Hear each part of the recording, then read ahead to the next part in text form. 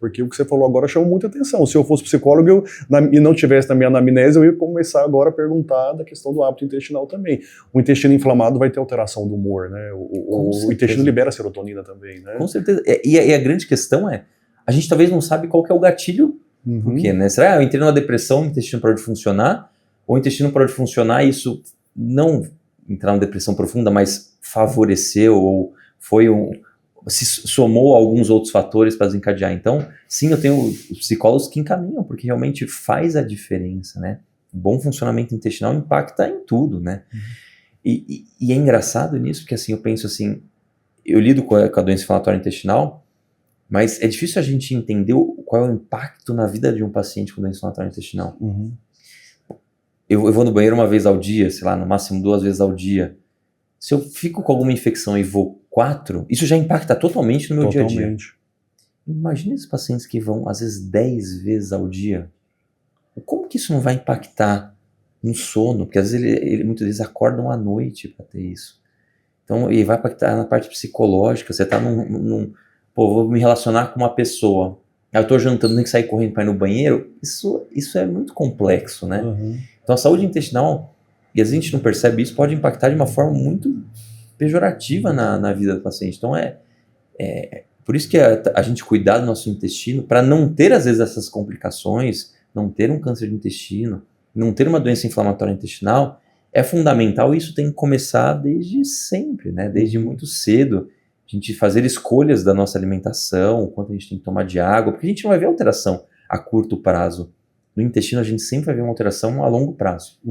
Então, é importante a gente ter um cuidado intestinal no dia a dia. A gente tem visto aí um aumento dos números de câncer de intestino em pacientes jovens. Uma das formas de prevenção é a colonoscopia. Eu já fiz 40 anos, fiz a minha colonoscopia. E eu posso te dizer, foi um exame muito tranquilo. Não tive desconforto nenhum, é um procedimento feito sobre anestesia, sobre uma sedação. Sim. E o preparo não é um bicho de 7 cabeças, eu posso falar porque eu fiz o preparo. Eu resolvi tudo muito rápido, fiz um preparo antes, que eu gostaria que você falasse um pouco mais dessa questão do preparo, e também da importância da colonoscopia. Muitos pacientes deixam de fazer por desinformação, por preconceito também, como é importante os pacientes realizarem colonoscopia e o médico ter este exame também para poder orientar o paciente, né? Eu acho que a colonoscopia, os pacientes têm muito medo e têm muito receio por conta do preparo, por conta de, eu fiquei com medo porque eu ouvi que alguém teve uma perfuração intestinal. Isso é o principal medo que o paciente tem, né? O que a gente tem que entender é que tudo na vida é risco-benefício, né? O risco de acontecer alguma complicação na colonoscopia é extremamente baixo. Extremamente baixo. E eu falo, risco pode acontecer em tudo. Eu vou atravessar a rua, eu posso ser atropelado? Posso. Mas se eu olhar para o lado, tiver um cuidado, esse risco é extremamente baixo. Eu vou deixar ele atravessar por conta disso? Não, a gente não deixa. Então na vida tudo é risco-benefício. Se eu comer eu posso ter uma alergia, eu vou deixar de comer alguma coisa? Não, porque você entende que o benefício é maior.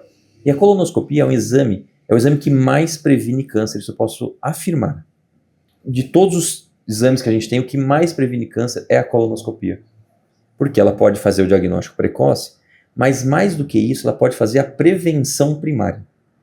Se eu faço a colonoscopia e encontro um pólipo que um dia poderia virar câncer, ele já retira e ele quebra essa evolução. Então é um exame que é fundamental. Então você tem que ter medo de não ter feito a colonoscopia a partir de 45, 40 anos de idade. E não, eu estou com medo de perfurar. Você não tem que ter esse medo, é extremamente raro isso acontecer. Agora, você ter um câncer não é mais tão raro.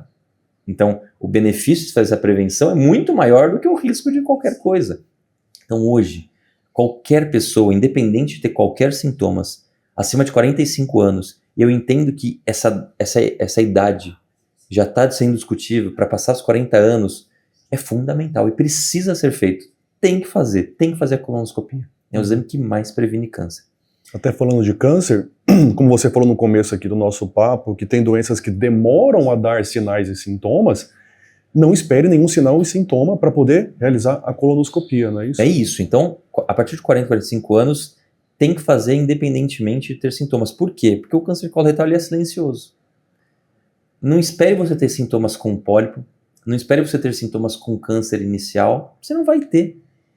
Você só vai ter quando tiver um estágio avançado, e aí a colonoscopia vai ser feita, vai começar um tratamento, às vezes, paliativo. Então, por isso que precisa ser feito, porque às vezes você vai lá, fez a colonoscopia, doutor, não sentia nada, encontrei um câncer. Acontece isso. E por isso que uma vez que você fez veio normal, a partir dos 40, 45 anos, você vai fazer a cada 5 anos ou a cada 2, 3 anos, dependendo de histórico familiar, de quantidade de pólipos que foram encontrados, do tipo de pólipo, a gente pode antecipar esse. Mas a cada 5 anos fazer um exame que, como você bem colocou, Diegão, é muito tranquilo. São minutos. Eu acho que o exame dura 10, 15 minutos, é muito rápido. Sobre sedação, super confortável, não tem dor pós-procedimento. O preparo são substâncias que você vai tomar para poder preparar o intestino, limpar aquele intestino. É muito tranquilo, né, Lucas? Eu entendo. E eu acho que esse preconceito da colonoscopia e do preparo, ele vem muito porque a colonoscopia, antigamente a gente fazia mais nos pacientes idosos. E realmente a gente faz bastante, porque a partir dos 45 anos, você faz a cada 5 anos. O preparo para o paciente a partir dos 70, 75, realmente é mais dificultoso, porque ele já é um idoso que já não tem tanta mobilidade, que pode desidratar, e por isso que talvez a partir dos 70 anos eu recomendo fazer internado, e aí vai ter todos os cuidados. E aí vem esse preconceito para todas as questões, para pacientes dos 40 até os 65, e falar, não vou fazer porque o preparo é muito ruim. Eu já fiz colonoscopia também, até vou falar depois do motivo, que é até engraçado. Mas você fez, é uma noite que você vai no banheiro e tá tudo bem. É normal, vai lá, você vai no banheiro, vai ter a diarreia líquida, vai limpar o intestino, toma bastante água e tá tudo bem. O que eu falo ao paciente? Quando você vai fazer colono, a coisa mais chata é você ir para o exame e o preparo estar inadequado. Então, os 3 dias antes de uma colonoscopia, tente ter uma dieta com poucas fibras, tenta comer mais líquidos, comer mais purezinho. Então, no dia do exame, não comer corantes, porque isso vai ajudar a limpar o intestino para o preparo estar ok. Porque você fez o preparo, a colonoscopia, o preparo está bom, resolveu. Próximo exame 5 anos depois, entendeu? Então, acho que esse cuidado com o preparo é fundamental. Então, o que é dito lá, então, olha, 3 dias antes, uma dieta sem resíduos, evitar excesso de carne, faça aquilo. Porque aí você faz uma vez só o preparo, faz o exame, e depois, 5 anos depois, faz. Só que a gente tem a questão, que você bem colocou, que a gente está tendo uma incidência grande de câncer em pacientes mais jovens do que 40 anos. Eu tive um colega de faculdade esses dias que tem, sei lá, 35, 36 anos, foi diagnosticado com câncer. Então, pessoas antes de 40 anos, a gente não vai indicar colonoscopia de rotina, mas aí tem que ficar prestando atenção nos sintomas. E aí aquela que a gente conversou. Sangramento intestinal sem uma justificativa. Principalmente a alteração do hábito intestinal, saída de muco nas fezes, ou uma sensação de que foi ao banheiro, que chama tenesmo, né? Foi o banheiro e não esvaziou tudo, ou que sempre precisa ir ao banheiro, precisa fazer colonoscopia.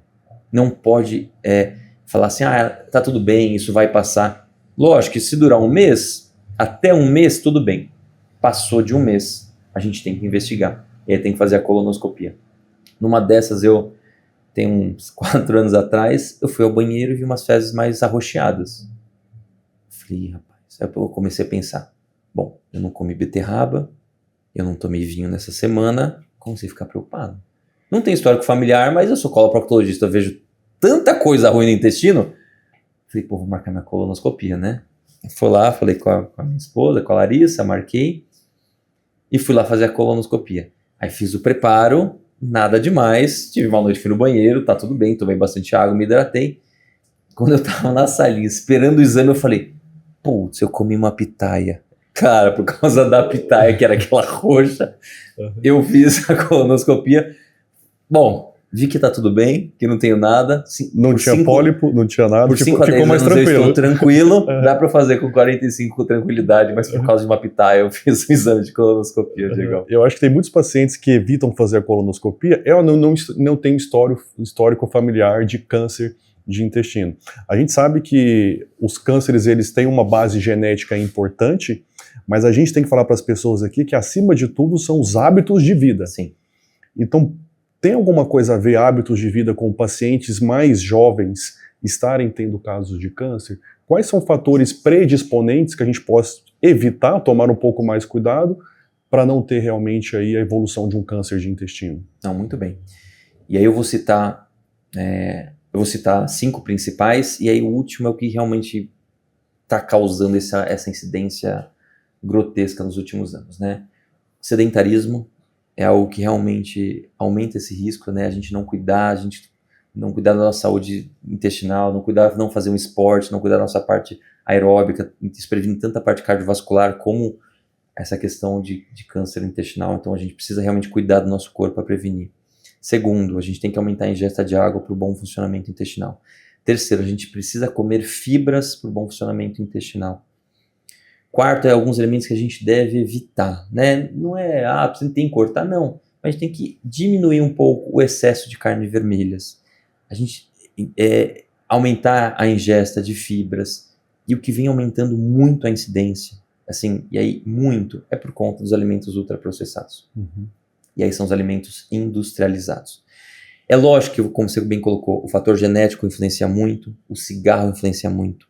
Mas quando a gente lida com alimentos ultraprocessados, a gente, até pouco tempo atrás, não era visto como algo ruim. A gente viu na década de 90 e a gente achava que McDonald's que era só um lanche, né? Uhum. A gente achava realmente que Danoninho substituía um bifinho, era até a propaganda, né? A gente achava que esses alimentos não faziam tão mal. A gente tomava suco em pó. Uhum. Então a gente não tinha ainda aquela indústria de alimento tão evoluída para avaliar isso e ver o quão mal isso poderia fazer. Então hoje, a gente entendendo com essas análises, a gente vê que realmente os alimentos industrializados são o que mais impactam no risco de câncer intestinal e o que mais influenciou nesse aumento tão grande da prevalência de doenças inflamatórias intestinais. Uhum. Então hoje a gente tem que entender que para a gente fazer essa prevenção, a gente tem que comer comida de verdade. Então a gente tem que tomar água 35 ml por quilo, a gente tem que comer fibra numa dose adequada, mas a gente tem que evitar os alimentos industrializados. Uhum. É quase impossível a gente cortar hoje por completo, porque eles estão no nosso dia a dia. Mas se a gente entender que, por exemplo, é fácil a gente saber que salgadinho, refrigerante, miojo são alimentos industrializados, mas a gente tem que entender que molho de tomate em latinha é um alimento industrializado, que requeijão é um alimento industrializado, que muitas vezes esses alimentos que a gente vê como alimentos para saúde, como shakes proteicos, eles têm uma quantidade muito grande de emulsificantes. Então, pensando na saúde intestinal, muitos deles fazem mal para o intestino e aumentam o risco dessas doenças inflamatórias. Então, acho que o grande aumento em pacientes jovens, câncer de intestino, e esse aumento na prevalência de doença inflamatória intestinal é por conta desses alimentos que até 5, 10 anos atrás a gente via como alimento e hoje dá para ver que realmente é algo que faz mal para o nosso intestino. E a gente tem que evitar.